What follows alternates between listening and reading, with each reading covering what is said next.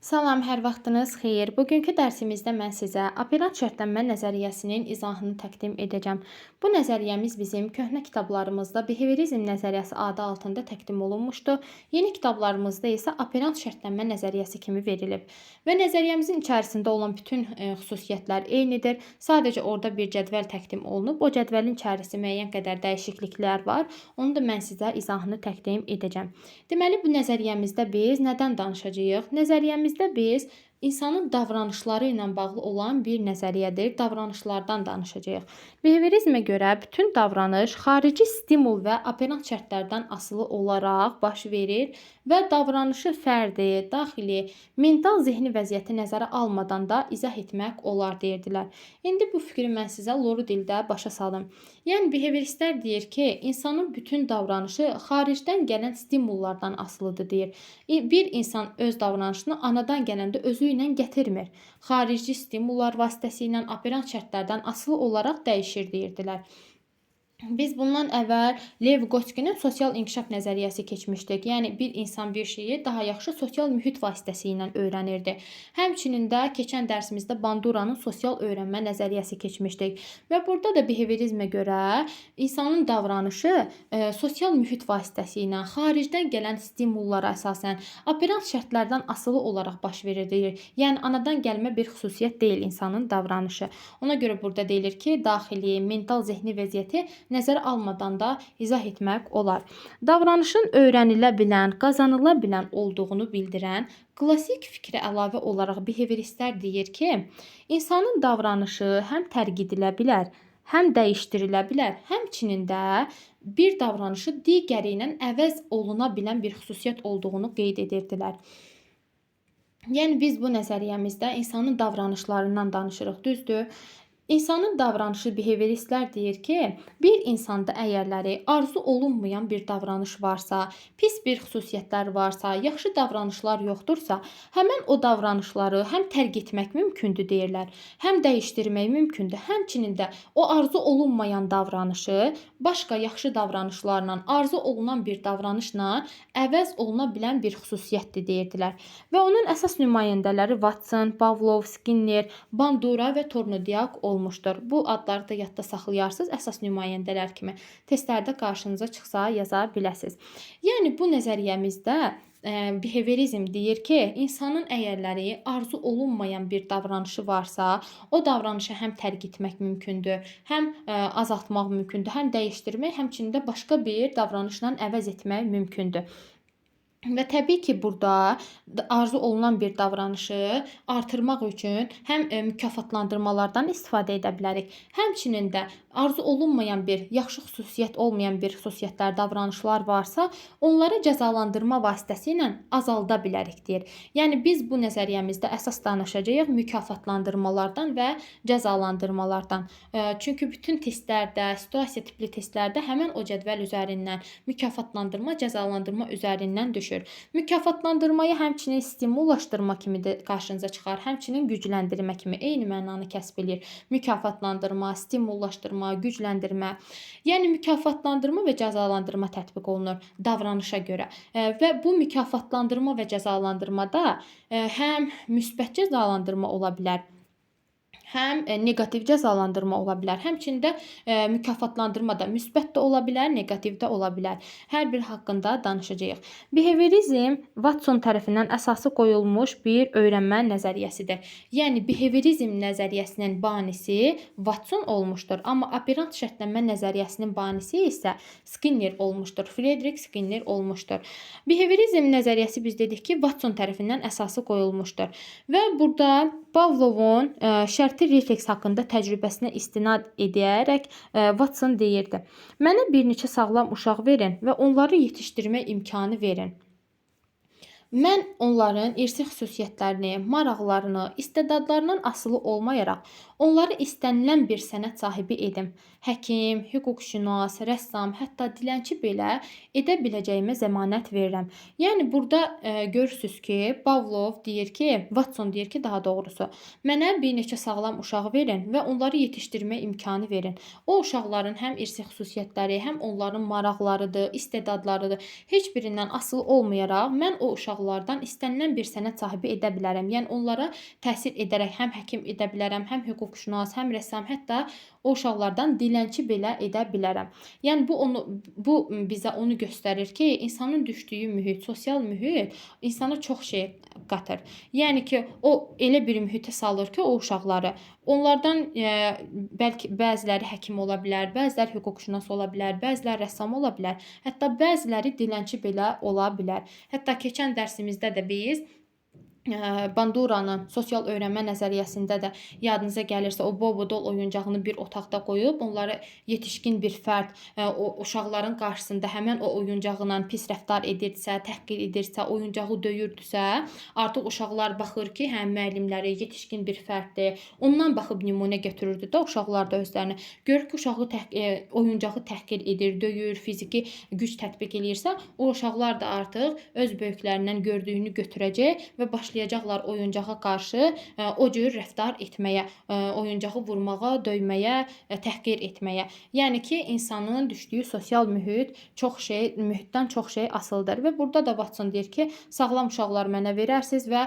onları yetişdirmə imkanı verərsiniz mənə.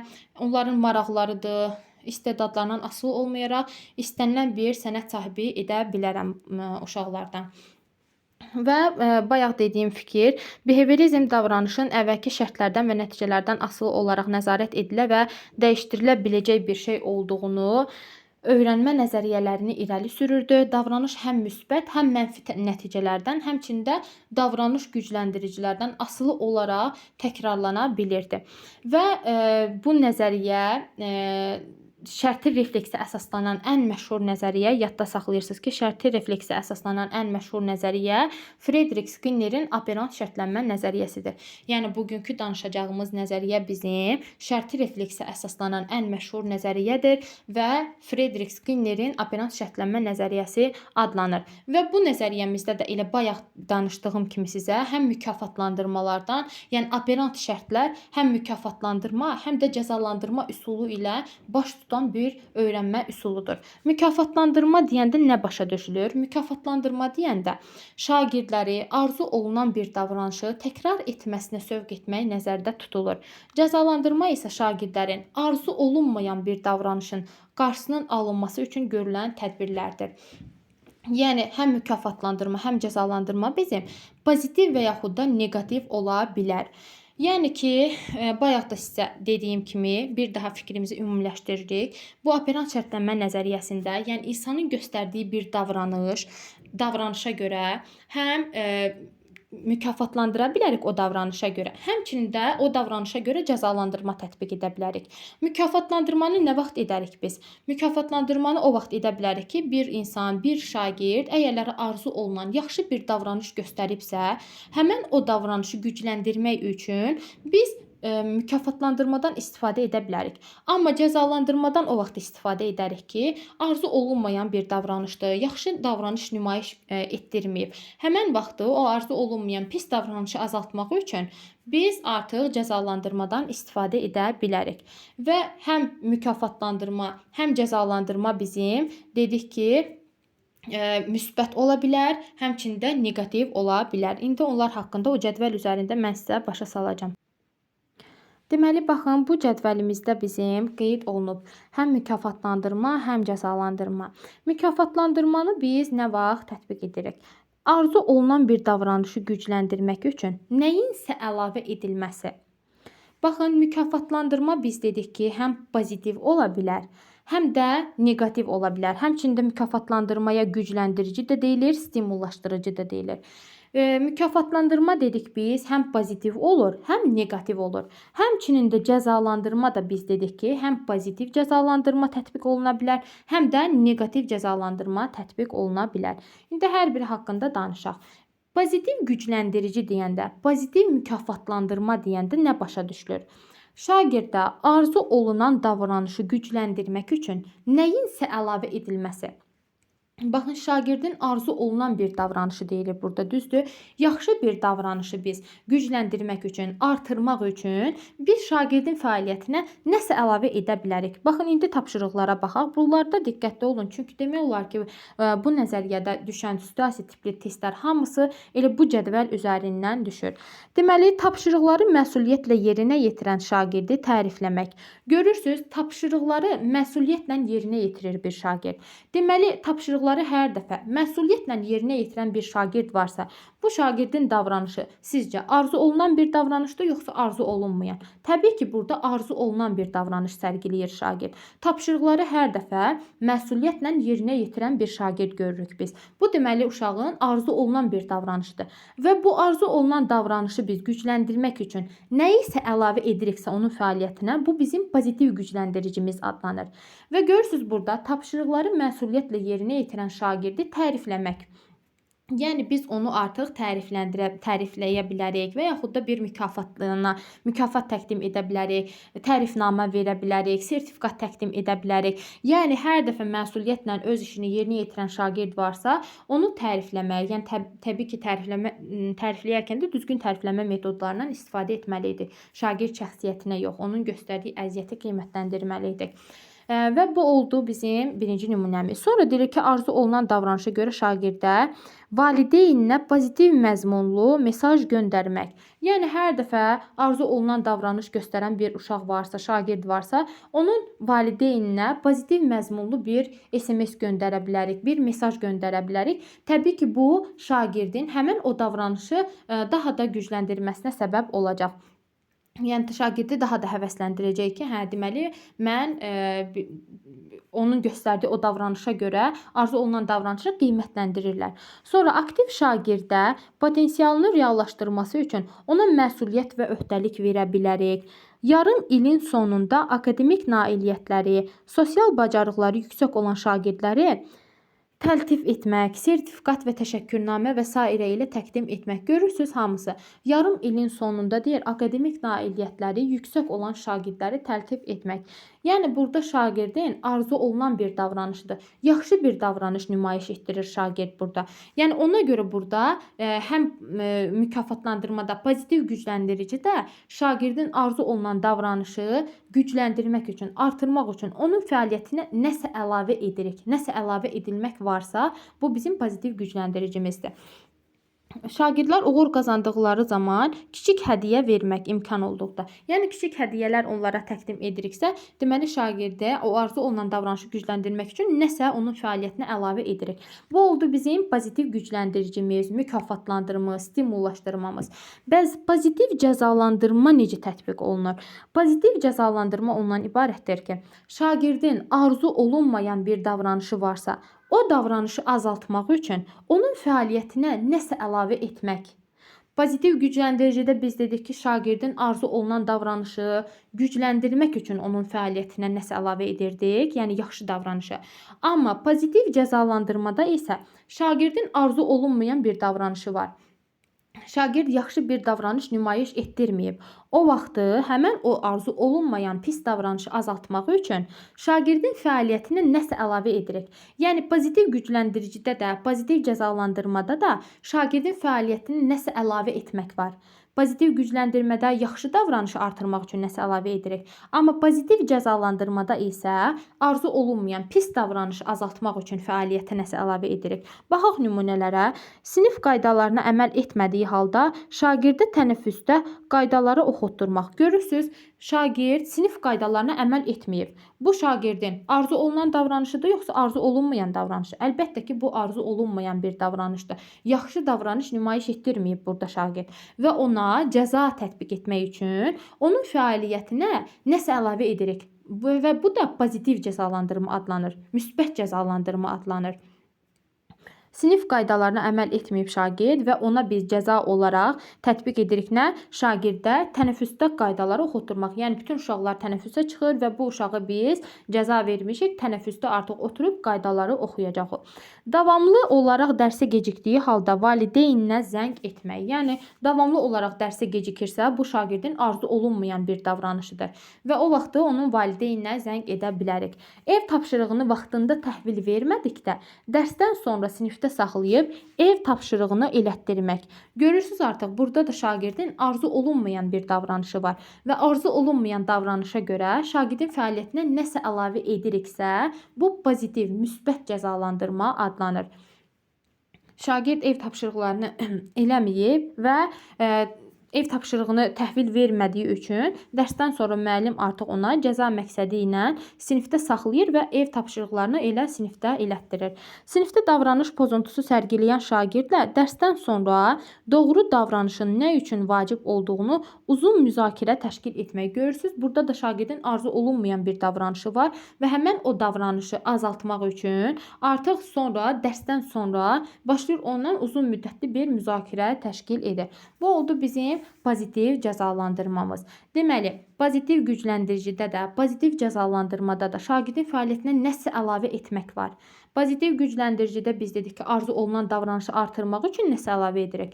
Amma pozitiv cəzalandırmada isə arzu olunmayan pis davranışı azaltmaq üçün şagird fəaliyyətinə nəsə əlavə edirik.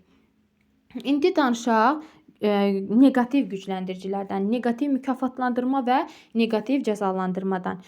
Deməli, negativ cəzalandırmada da, negativ gücləndirmədə də şagirdin fəaliyyətindən nəsə çıxarılır. O birisi mükafatlandırmada, pozitiv gücləndiricidə nəsə əlavə edirdik biz.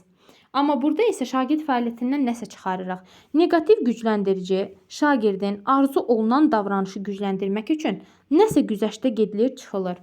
Görürsüz, negativ mükafatlandırmada da, negativ gücləndiricidə də artıq şagirdin arzu olunan bir davranışı daha da gücləndirmək üçün şagirdin fəaliyyətindən nəsə çıxarılır. Ona görə yəni şagird fəaliyyətindən nəsə çıxarılır deyə bu negativ gücləndirici adlanır. Əslində pis bir şey deyil. Negativ sözünü görüb, mənfi sözünü görüb, mənfi tərəfə düşünməyin. Sadəcə burada şagird fəaliyyətindən nəsə güzəştə gedilir, çıxarılır deyə ona görə negativ gücləndirici yazılıb burada.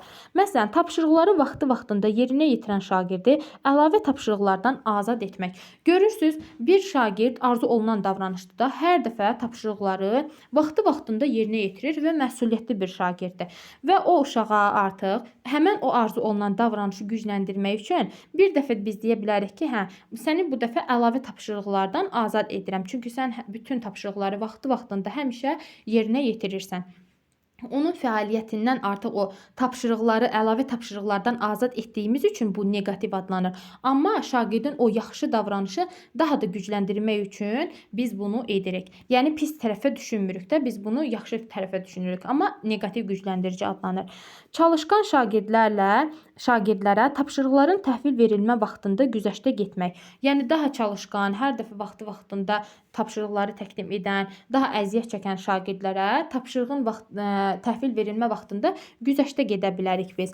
İl ərzində akademik nailiyyətləri yüksək olan şagirdi yay tapşırıqlarından azad etmək. Yəni hər dəfə akademik nailiyyətləri yüksəkdir, il ərzində əlaçılıqla bitiribsə, yüksək nailiyyət göstərən bir şagird varsa, onu yay tapşırıqlarından azad etmək.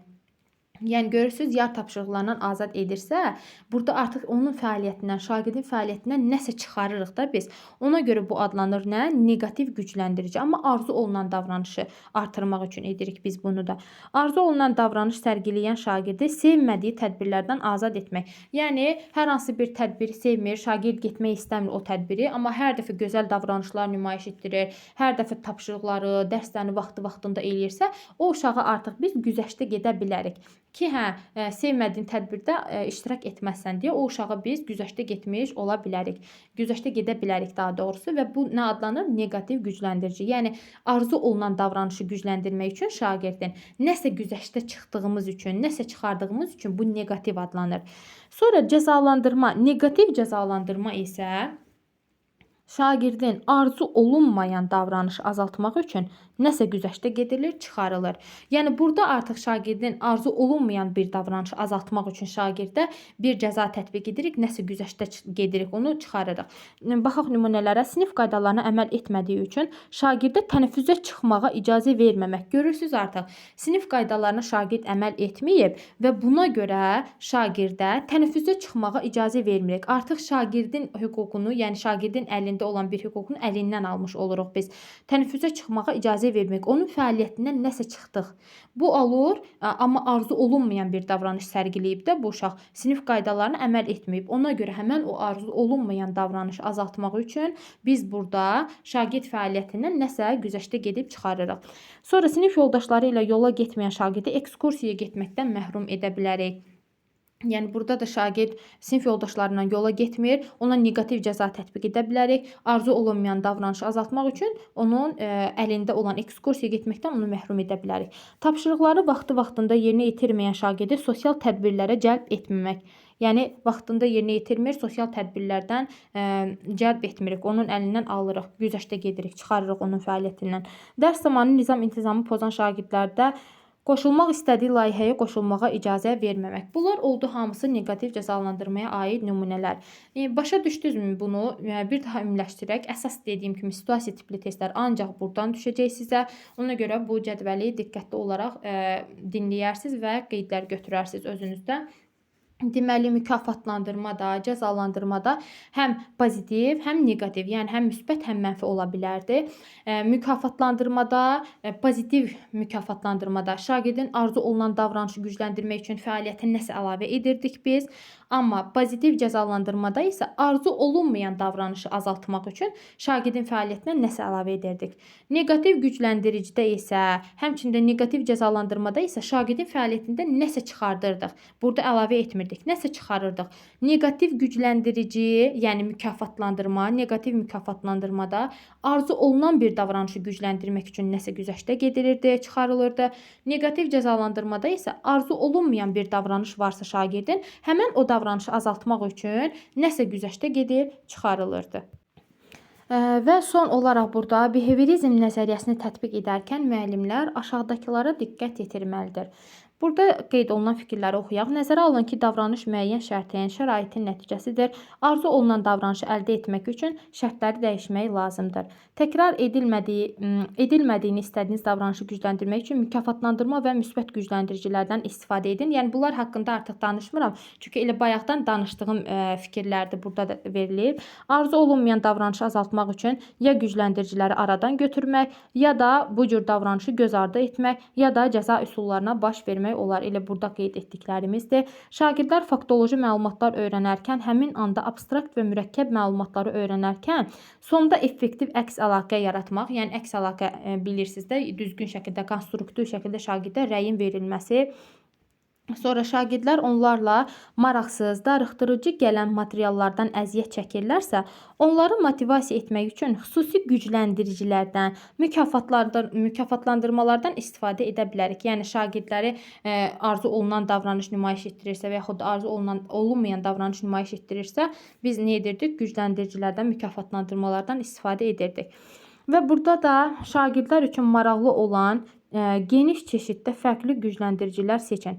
Yəni arzu olunan davranış varsa, pozitiv gücləndiricilərdən istifadə ediriksə biz onlara müxtəlif çeşiddə fərqli gücləndiricilər seçə bilərik. Oyuncaqlar, kartlar, şirniyyatlar və s. yəni mükafat olaraq onları verə bilərik. Şagird fəaliyyətinə əlavə edirdik də biz pozitiv gücləndiricidə.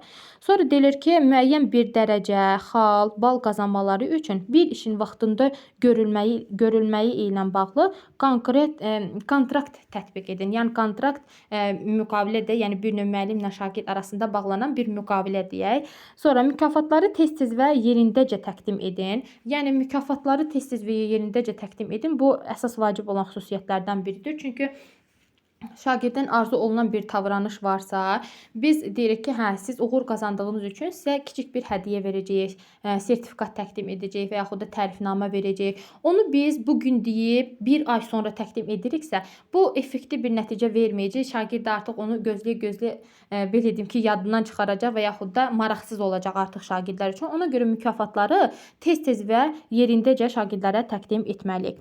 Sonra gəlir burada müşahidə üsullu öyrənmədən istifadə edin. Müşahidə üsullu öyrənmə ən uyğun gördüyünüz davranış modelini seçirik. Davranışı aydın şəkildə şagirdlərə nümunə üçün göstəririk. Yəni şagirdi belə deyim ki, istədiyimiz davranış şagirddən hansıdırsa, o davranış modelini şagirdlər üçün seçirik. Sonra həmin o davranışı şagirdlərə aydın şəkildə başa salırıq və nümunə üçün o davranışı göstəririk ki, bu davranışı siz sərgiləsəz daha yaxşı olar deyə və yaxud da arzu olunan davranış nümayiş edildikdə şagirdləri tərifləmək, onlara düzgün şəkildə, yəni tərifləyərkən də düzgün tərifləmə metodundan istifadə etməliydik. Sonra şagirdlərə müşahidə etdikləri davranışı praktikada tətbiq etmək imkanı, yəni o davranışı praktik olaraq göstərmələrini də imkan yaratmalıyıq və praktika zamanı təbii ki, şagirdlərə düzgün konstruktiv rəy verməliyik. Arzu olunan davranışı gücləndirmək, yəni pozitiv gücləndiricidən istifadə edərək onların nəsə fəaliyyətlərini əlavə etmək, tərifləmək və yaxud da bir hədiyyə təqdim edə bilərik. Sonra öyrənmə və davranışda dəyişiklikləri qiymətləndirmək. Öyrənmə və davranışda dəyişiklikləri qiymətləndirməyə də aiddir. Öyrənmə problemlərini üzə çıxarmaq. Məsələn, hər hansı bir uşaqların öyrənmə ilə bağlı problemi varsa, ilk əvvəl biz o problemləri üzə çıxartmalıyıq. Sonra həmin o problemin həll üsulları nədirsə, o həll üsullarını müəyyənləşdirməliyik. Şagirdlərə düzgün şəkildə əks əlaqə qurmalıyıq və o problem nədirsə, o problemi aradan qaldırmaq üçün yeni tapşırıq, bacarıqlarla onları birləşdirməliyik. Sonra lazım gələrsə yenidən öyrətməliyik. Yəni yenə də şagirdlər əgərləri başa düşmürsə, anlamırsa, problem yenə varsa, təzədən lazım gələrsə hər dəfə təkrarən yenidən biz onlara öyrətməliyik. Bu oldu bizim operant şərtlənmə nəzəriyyəmiz. Ümid edirəm başa düşdünüz. Çətin bir mövzu deyil. Sadəcə bu cədvəlin içərisində olan xüsusiyyətləri yaxşıca başa düşməlisiniz ki, situasiya tipli testləri də yaza biləsiniz. Videonu bəyənməyi, rəy yazmağı unutmayaq. Sağ olun.